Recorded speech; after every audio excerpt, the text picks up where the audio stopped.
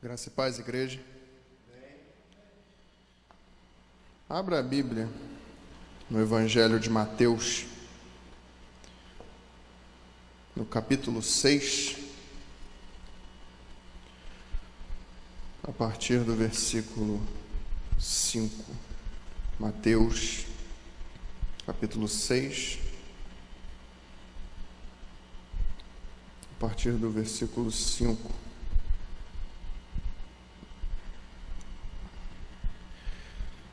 Diz assim a palavra de Deus: E quando orardes, não sereis como os hipócritas, porque gostam de orar em pé nas sinagogas e nos cantos das praças para serem vistos pelos homens.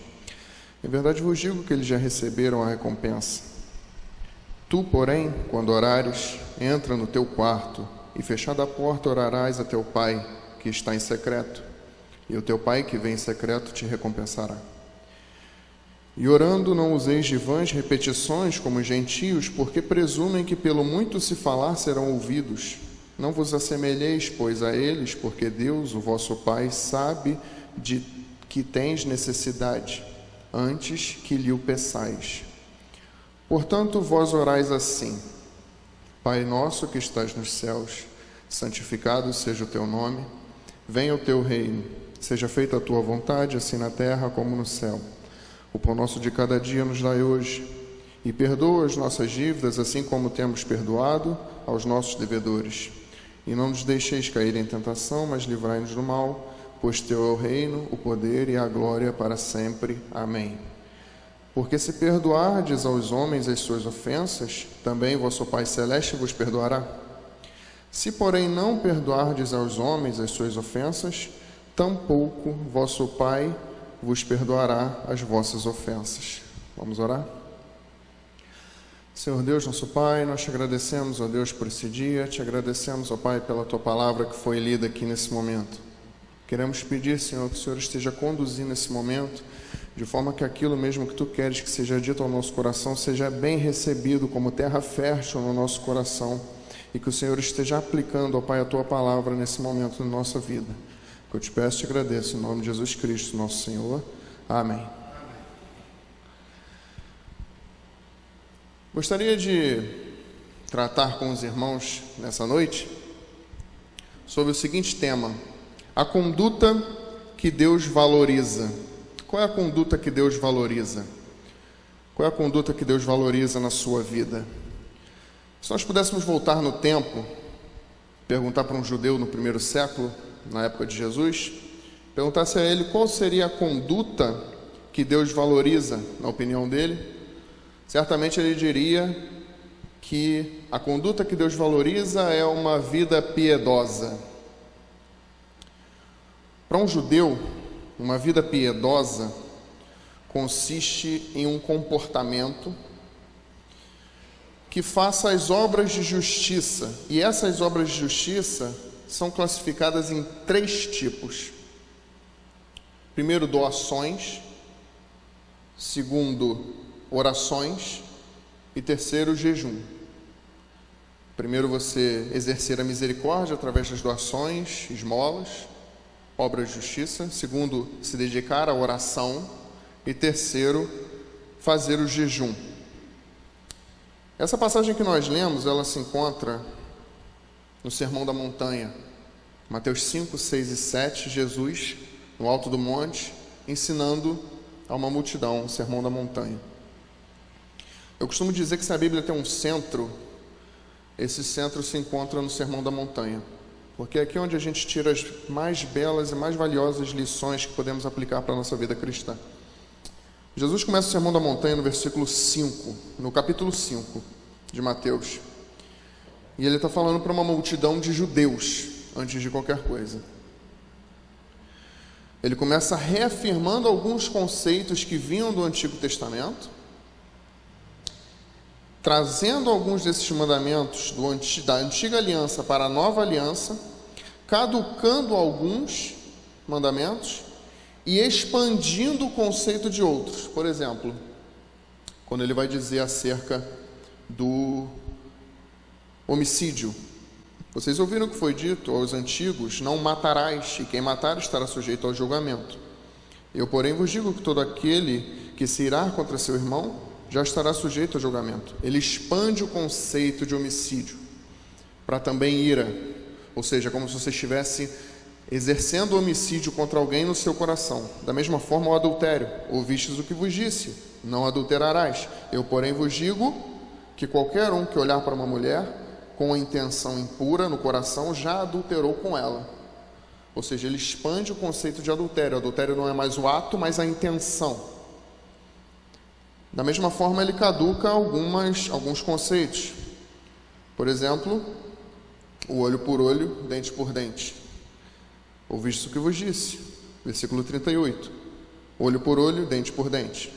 Mas eu, porém, lhes digo, não resistam ao perverso. Se qualquer um lhe ferir na face direita, ofereça-lhe também a outra. Ou seja, o mandamento de olho por olho, dente por dente caduca. Ele não transpõe isso para a nova aliança. E ele muda o conceito de que você não deve pagar mais as coisas na mesma moeda, mas oferecer a outra face. Então ele começa tratando o Sermão da Montanha, reafirmando alguns conceitos, alguns mandamentos, trazendo alguns desses mandamentos para a nova aliança, caducando alguns e expandindo o conceito de outros mandamentos. E antes que ele começasse a falar sobre essas instruções, desses atos, ele fala no versículo 20 o seguinte, Mateus 5: porque eu vos digo que se a sua justiça não exceder em muito a dos escribas e fariseus, jamais entrará no reino dos céus. Esse é o versículo-chave para a gente entender tudo aquilo que vem depois. Porque o que ele está falando aqui é o seguinte, que as nossas práticas como seguidores dele, as nossas condutas, elas deveriam ser maiores do que a dos fariseus e escribas. Por que isso? Porque os fariseus e escribas, eles externalizavam o mandamento, eles mostravam para as pessoas que eles estavam cumprindo aqueles mandamentos, só que eles não faziam isso em submissão a Deus. Eles não faziam isso por amor a Deus, mas eles faziam para serem vistos pelos outros. A intenção dele não era agradar a Deus, era para que as pessoas vissem que ele estava fazendo e achassem que eles eram mais espirituais por conta disso. Então a intenção nunca foi honrar o nome do Senhor, mas aparecer. E aí depois dele falar de homicídio, depois dele falar de adultério, de juramentos, de divórcio, vingança, ódio, ele começa a falar das práticas de justiça aqui no capítulo 6, onde a gente começou a ler. E logo no primeiro versículo, ele já diz o seguinte: guardai-vos de exceder a vossa justiça diante dos homens, para serdes vistos por eles. Ou seja, não exerçam as suas obras de justiça diante dos homens para serem vistos por eles. De outra maneira, não tereis galardão junto ao vosso Pai Celestial. Ou seja, não façam as coisas para que as pessoas vejam o que vocês estão fazendo. Porque se isso acontecer, vocês não terão recompensa do Pai Celestial. É isso que ele está falando aqui. Ele reafirma, a partir daqui, ele reafirma o valor que tem fazer essas obras de justiça, desde que essas obras de justiça sejam feitas por um coração transformado. O coração precisa estar quebrantado para conseguir fazer essas obras de justiça de uma forma plena, de uma forma não hipócrita, como os fariseus e os escribas faziam. E essas três obras de justiça, esses três tipos, Jesus vai falando aqui acerca, a partir do versículo 2, ele vai falando. Primeiro ele fala das esmolas, porque era justamente essas coisas que o judeu valorizava numa vida piedosa. Ele começa falando das esmolas, ele fala também da oração, e por último, a partir do versículo 16, ele fala sobre o jejum. A misericórdia, ela tem relação, a esmola, ela tem relação com a misericórdia que você exerce sobre o seu próximo. Ou seja, são atos de justiça que tentam remediar, que tentam diminuir a necessidade do seu próximo. Então você faz esses atos de justiça por amor ao seu próximo, isso que é a esmola. Depois vem a oração. A oração não tem a ver com a sua relação com o próximo, mas tem a ver com a sua relação com Deus, para com Deus. E por último, o jejum é a relação do indivíduo consigo mesmo, de modo que quando ele faz o jejum, a intenção é limitar os seus ímpetos, limitar a sua carnalidade, as suas paixões, os seus instintos, não se deixar dominar por essas coisas, não se deixar dominar pelo pecado, para melhorar a sua relação com Deus e com o seu próximo. Então esse que é o intuito do jejum. Qual que é o problema disso tudo? É que os fariseus e os escribas, eles faziam sim essas coisas, só que eles deturpavam o mandamento, de modo que eles exerciam essas coisas, eles faziam essas obras de justiça para aparecer para as outras pessoas e não porque o coração deles tinha sido transformado. Mas apesar de Jesus falar desses três assuntos, ele acaba dando maior destaque para a oração, a partir do versículo 5, onde a gente leu. E isso nos leva a crer de que, dos três, o mais importante é a oração. Por mais que seja importante você exercer as suas obras de justiça para abençoar o seu próximo, por mais que seja importante você fazer o jejum para poder melhorar o seu relacionamento com o seu próximo, com Deus, o mais importante é a oração. É onde Jesus gastou mais tempo explicando e destrinchando. No versículo 5, no versículo 6, ele vai dizer o seguinte: quando vocês orarem, não sejam como os hipócritas, porque eles gostam de ficar orando em pé nas sinagogas e nos cantos das praças, para serem vistos pelos homens. Em verdade vos digo que eles já receberam a sua recompensa. Tu, porém, quando orares, entra no teu quarto e, fechada a porta, orarás a teu pai que está em secreto, e o teu pai que vem em secreto te recompensará. Para que as nossas obras de justiça sejam maiores do que as dos fariseus e escribas, é necessário que nós não sejamos hipócritas antes de qualquer coisa. Eu acho interessante, porque quando você se dedica a levar uma vida de estudo, uma vida de busca pelo conhecimento da Bíblia, entender sobre a revelação de Deus através das Escrituras, alguns conceitos na sua vida vão mudando. E você começa a pegar algumas coisas erradas que acontecem,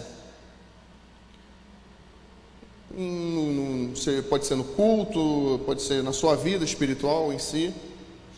E quando você começa a identificar esses problemas e denunciar esses problemas, para que primeiro você mude, para depois tentar ajudar outras pessoas a mudar, as pessoas que estão confortáveis na sua zona de conforto, cometendo seus erros, elas vão apontar o dedo e te chamar de fariseu. Esse é um xingamento, digamos assim, muito recorrente, infelizmente, no nosso meio. Como se o problema fosse você estudar as Escrituras, estudar a Bíblia, entender acerca da revelação de Deus aqui na Bíblia. O problema do judeu, do fariseu, não era o estudo. O problema do fariseu não era conhecer. O problema dele era saber e exercer essas coisas de forma hipócrita. É fazer sem que o coração esteja transformado, fazer só de forma externa. E é isso que Jesus está combatendo.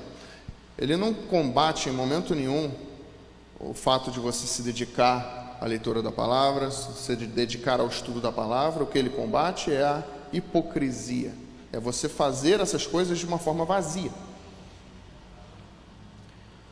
E eles, os fariseus e os escribas, eles tinham prazer em ir nas sinagogas e ficar ali nas esquinas orando em voz alta, para que as pessoas vissem, sempre de pé, orando, para que as pessoas vissem que eles estavam fazendo essas coisas. Porque as pessoas iriam julgá-los mais espirituais do que os outros. E com isso eles se sentiam bem. Para eles era status. Eles queriam não a honra do Deus vivo, eles não queriam a aprovação do Deus vivo, mas das outras pessoas. O que eles queriam era tapinha nas costas antes de qualquer coisa. E Jesus diz aos seus seguidores o contrário: eles não deveriam exercer dessa forma. Vocês não podem ser como os hipócritas. Ele continua: quando você orar, entra no teu quarto e fala em secreto ao teu Deus, de portas fechadas. Ou seja, não entre nessa vaidade espiritual de querer parecer mais espiritual aos olhos dos outros. Faça como a Bíblia diz: você entra no seu quarto, você fecha a porta e você fala ao seu pai que está em secreto. E o pai que vem em secreto te recompensará. A recompensa dos fariseus era aquele tapinha nas costas. A recompensa dos fariseus eram os elogios dos outros. Os seguidores de Jesus, porém, segundo o que ele diz, receberão o galardão, a recompensa do Pai Celestial, que vê tudo que é feito em secreto. Então, quando nós fechamos a nossa porta do nosso quarto e oramos a Deus em secreto, Ele está ali vendo tudo. Não é necessário que mais ninguém veja. A única pessoa que importa é aquela que já está ali. Jesus não está proibindo nenhum tipo de manifestação pública de fé. Ele não está falando que a gente não pode orar na igreja, orar em qualquer lugar que seja. Ele não está falando isso. Mas algumas dessas manifestações de fé precisam ser guardadas para o ambiente privado. É isso que ele está falando. Para um quarto. Algumas dessas atitudes de fé, elas precisam ser restritas à nossa intimidade com Deus. Coisas muito bonitas podem acabar sendo feias se elas saem do íntimo espiritual e ela é escrachada para que todo mundo veja. Existem coisas que a nossa relação íntima com Deus, que só devem existir na nossa relação íntima com Deus, ou seja, ela não deve ser exposta para outras pessoas aí fora. Ela não deve ser usada, exposta em um palco, em uma rede social. Por exemplo, é muito bonito, é lindo uma pessoa chorando aos pés do Senhor. Mas é muito feio quando isso acontece diante de uma plateia. É lindo quando uma pessoa geme por causa do seu pecado diante de Deus. Mas é muito feio quando isso acontece diante de uma câmera. É lindo quando nós participamos da ceia do Senhor. Mas é muito feio quando a gente para a ceia para tirar foto dos elementos e postar na rede social. Ao invés de gastar tempo meditando naquilo que Deus fez, naquilo que Deus está fazendo na nossa vida, no sacrifício de Jesus na cruz, estamos gastando tempo expondo a nossa intimidade espiritual numa rede social, registrando para poder postar e compartilhar. Compartilhar a intimidade espiritual é hipocrisia. É disso que ele está falando aqui. É isso que ele está acusando os fariseus. É essa a hipocrisia. A nossa vida, no nosso âmbito espiritual, ela tem que ser discreta. É isso que ele está falando aqui. E é esse tipo de conduta que Deus valoriza. É você sim exercer as suas obras de justiça, mas não fazer isso diante dos homens. É você praticar o bem, é você dar esmola, é você orar, é você jejuar, é você cumprir todos os mandamentos, mas não ficar anunciando isso com trombetas, como ele diz aqui no texto.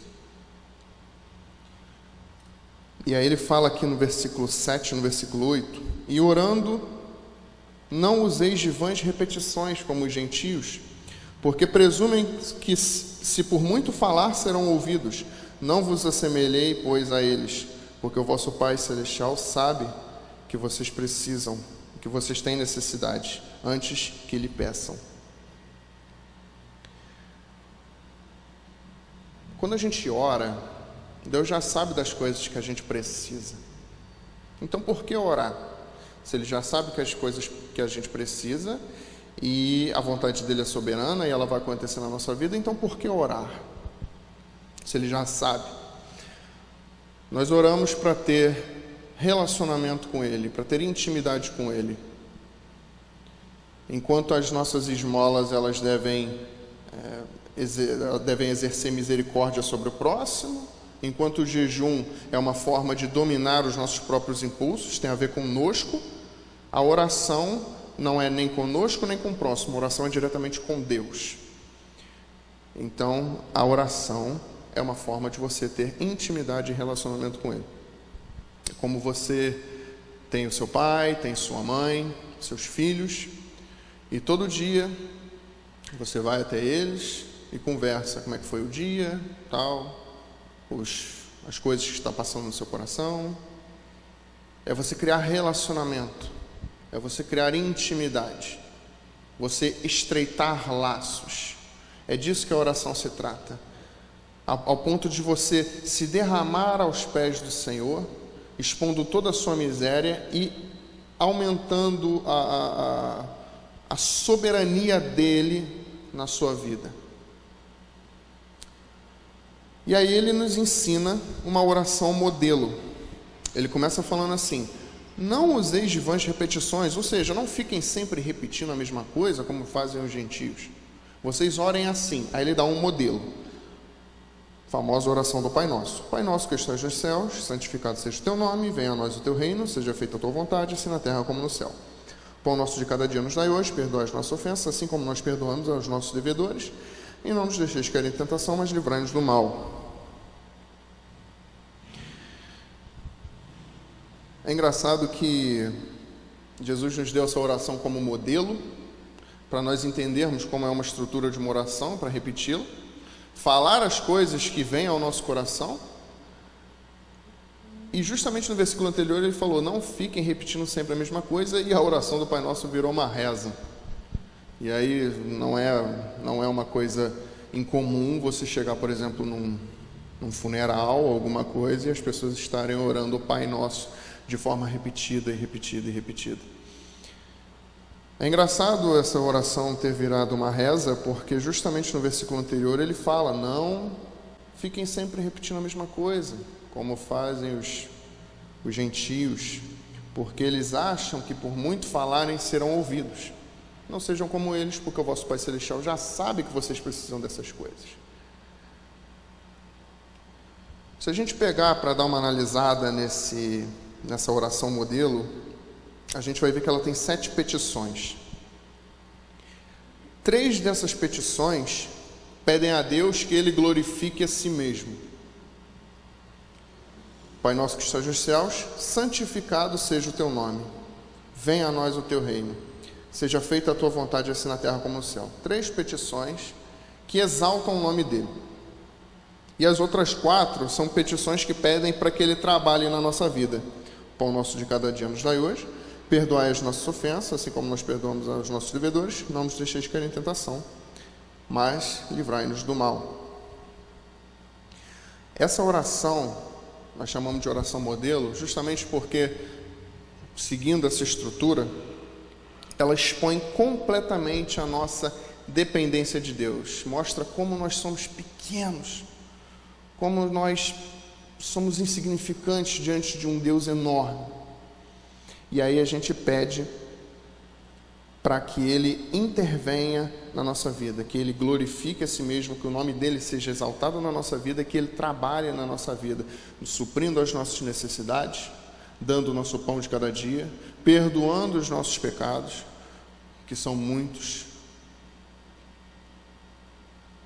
e não nos deixando cair em tentação. E aí no versículo 14 ele fala: porque se vocês perdoarem as ofensas uns dos outros, o vosso Pai Celeste vos perdoará. Se, porém, não perdoares as ofensas dos homens, tampouco o vosso Pai Celestial perdoará as vossas ofensas. Ou seja, é necessário que nós perdoemos para sermos perdoados. Isso está falando que a salvação vem por meio de obras, ou seja, só você salvo se eu perdoar? Não. A salvação vem única e exclusivamente pela fé em Jesus Cristo, porque Ele é o único que tem poder para perdoar pecados. Mas uma fé verdadeira, uma fé genuína é exteriorizada por boas obras, ou seja, quando você se converte, quando Jesus Cristo passa a fazer morada em você, Ele te capacita para que você possa exercer suas obras de justiça. E você faz isso não para poder atingir a salvação, mas você faz isso porque você já foi salvo. Ou seja, você não faz você faz por quê. Você não faz para receber uma recompensa.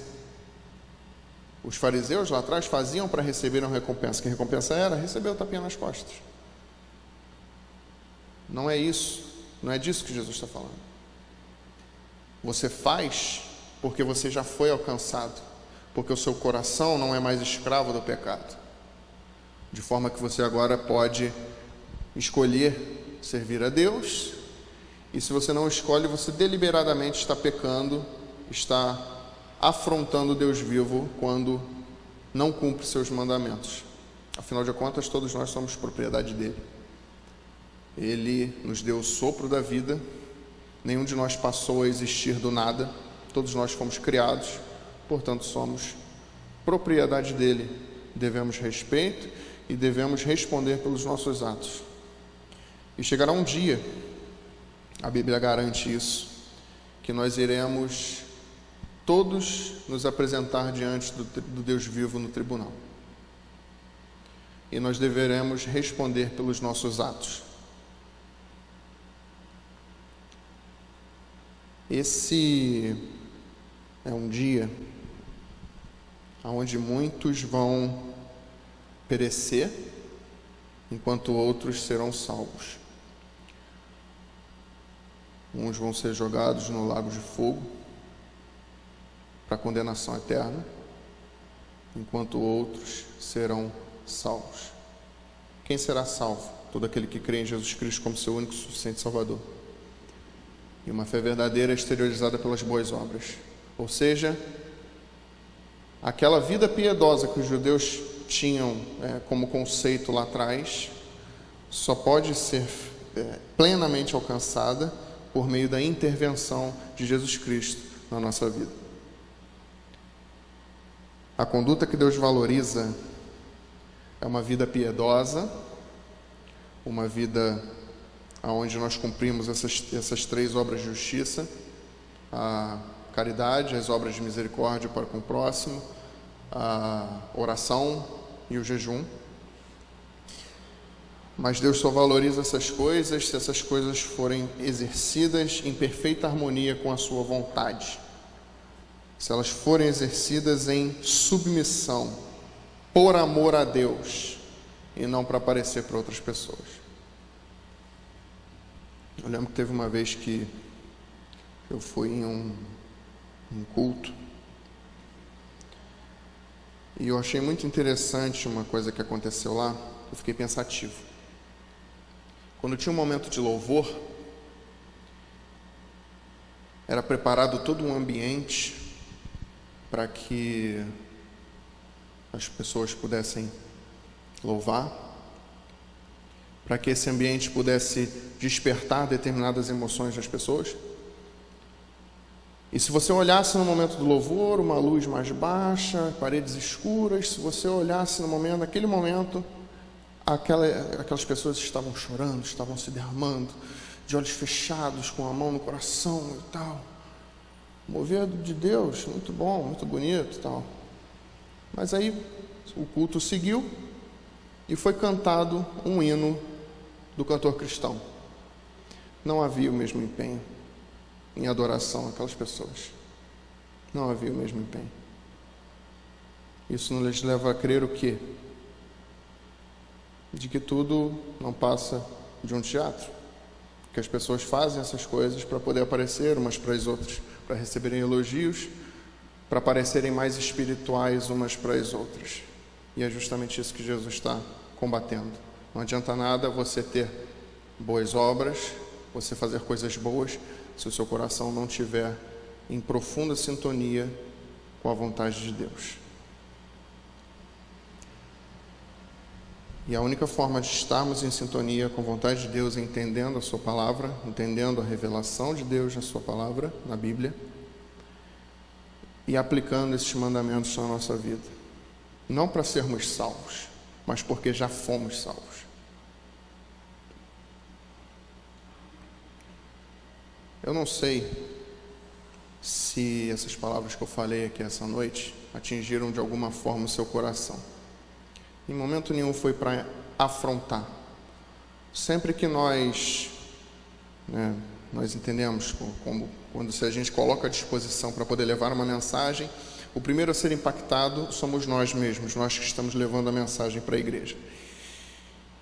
E esse texto sempre tem sido um texto que me confronta diretamente, porque todos nós temos um pouco de vaidade espiritual, todos nós temos. Salomão já falava lá em Eclesiastes, tudo, vaidade, vaidade, tudo é vaidade, tudo é vaidade.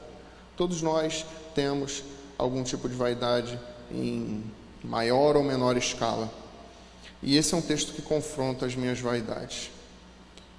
E eu entendi que era da vontade de Deus que eu trouxesse isso para os irmãos essa noite, para a edificação dos irmãos, para a minha edificação antes de qualquer coisa. Esse é um texto que mexe muito comigo, me edifica. E creio que Deus irá operar no coração de todos nós também. É importante que nós estejamos no centro da vontade de Deus, mas mais importante ainda, é importante que nós estejamos com a vida entregue a Ele antes de qualquer coisa. Vamos orar? Vamos orar? Senhor Deus, nosso Pai, nós entendemos, ó Deus, que nós temos muito ainda o que melhorar. Entendemos, Senhor, que muitas vezes as nossas obras de justiça são vazias aos Teus olhos, porque nós não fazemos com o coração cheio para poder abençoar outra pessoa, ou para simplesmente honrar e engrandecer o Teu nome, mas nós fazemos para parecer pessoas melhores. Por isso queremos pedir, ó Pai, que Tu tires essa vaidade do nosso coração, para que nós possamos levar uma vida discreta de fé, ó Pai, para que os Teus mandamentos sejam cumpridos na nossa vida, não pela nossa própria força, mas pela força que vem de Ti, porque Tu nos fortalece todo dia, através do Teu Espírito Santo, nos capacitando para cumprir toda a boa obra. Cuida de nós, ó Pai, esteja conosco e nos perdoa todas as vezes que nós levamos essa vaidade espiritual adiante. É o que eu te peço e te agradeço, em nome de Jesus Cristo, nosso Senhor. Amém. Deus abençoe os irmãos.